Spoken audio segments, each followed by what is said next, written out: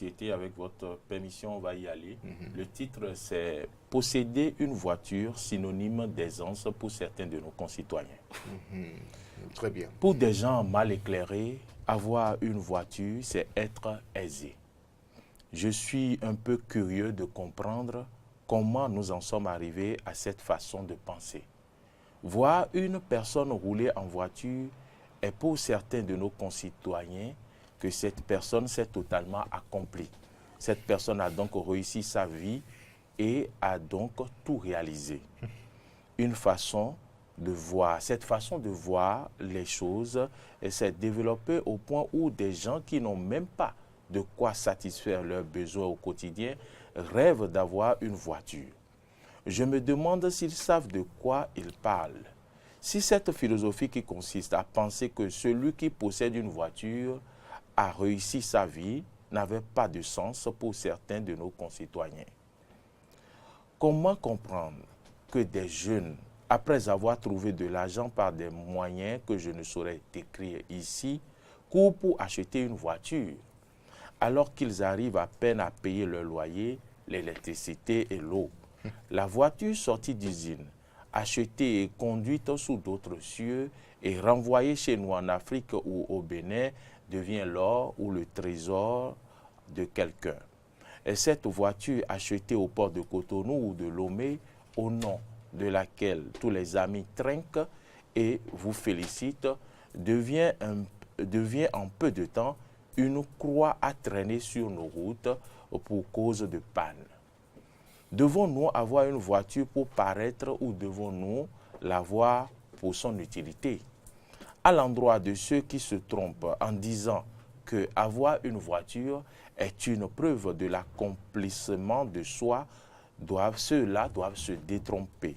Car il ne suffit pas d'avoir une voiture, mais une voiture s'entretient et consomme du carburant pour se déplacer. Elle en consomme plus que les petites motos auxquelles nous sommes habitués. La voiture n'est pas un luxe ni la preuve d'une aisance totale, mais elle est plutôt un élément qui nous protège contre la pluie, les accidents où l'on pourrait mourir banalement si l'on était à moto, et vous permet aussi de vous déplacer en étant un certain nombre. Arrêtons de considérer ces deuxième, troisième, voire quatrième mains comme le sommet de l'Himalaya où tout est accompli. Merci de nous avoir suivis. Admouri Agua, Oui, connais. comment peut-on appeler ça? C'est la convoitise qui amène des gens. Il y en a qui n'ont même pas l'argent de payer même un pneu Un pneu.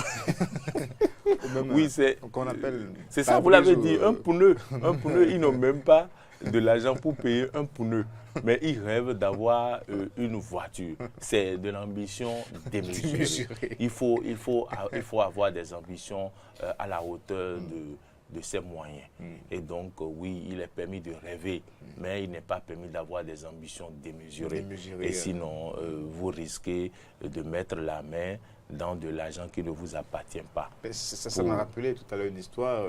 J'étais tombé sur un vendeur d'essence frelatée au bord de la voie, mais qui disait qu'il était mécontent ce jour-là. Je n'ai pas bien compris parce que j'étais venu effectivement prendre aussi du carburant, mais il disait, mais ces jeunes-là qui ont des voitures, mais qui n'ont même pas l'argent pour faire de la carburation, ça fait déjà 20 000 francs de crédit chez moi. Et il revient encore ce matin et me demande de lui vendre. S'il n'a pas de l'argent pour payer le carburant, il n'a qu'à laisser la voiture, il n'a qu'à vendre la voiture. Voilà ce que nous disons, c'est en attendant qu'il ne puisse roubler l'autre blanc qui est de l'autre côté pour pouvoir venir rembourser ses dettes. Non, et donc, les jeunes aussi, vous savez, courent pour avoir les voitures parce que, paraît-il que c'est avec ça qu'on arrive à convaincre rapidement les petites filles. Oh ben bon, non, en fait, les petites filles, les femmes, je ne sais pas si c'est l'objectif que ces jeunes-là visent en ayant de voitures, mais si vous aviez dit tout à l'heure que si, par exemple, j'allais négocier une affaire et que je me déplace un marché, que je me déplace avec la voiture, que je serais plus considéré, ça me donne plus de poids, je comprendrais. Mais avec les jeunes filles, quel marché vais-je négocier? Hein? quel marché vais-je négocier? Quel argent ce marché va m'apporter si ce n'est pas que moi-même je dois investir dans ce marché? Voilà. Donc Franchement, franchement, c'est un mauvais calcul. Merci. Nous devons en prendre conscience et puis c'est ça. éviter cette façon de penser et comment dire, d'avoir des ambitions démesurées et peut-être même de jalouser à la limite celui qui est dans la voiture. Il sait ce qui traîne. Il sait ce qui traîne avec sa boîte d'allumettes.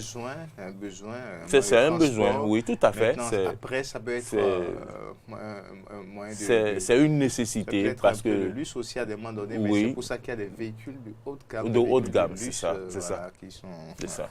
Mais quand quelqu'un va prendre peut-être une voiture simplement pour le transport et qui en fait un moyen de luxe.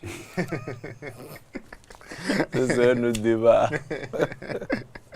Oui, mais quand on arrive, il faut bien mettre il faut bien mettre comment on appelle, le moteur pour qu'on sente le moteur en marche. Il est là. Il est là. Hein. Il faut faire ronfler le moteur pour faire remarquer que oui, on est là. Hein. Musique à bord, espoir en 2025.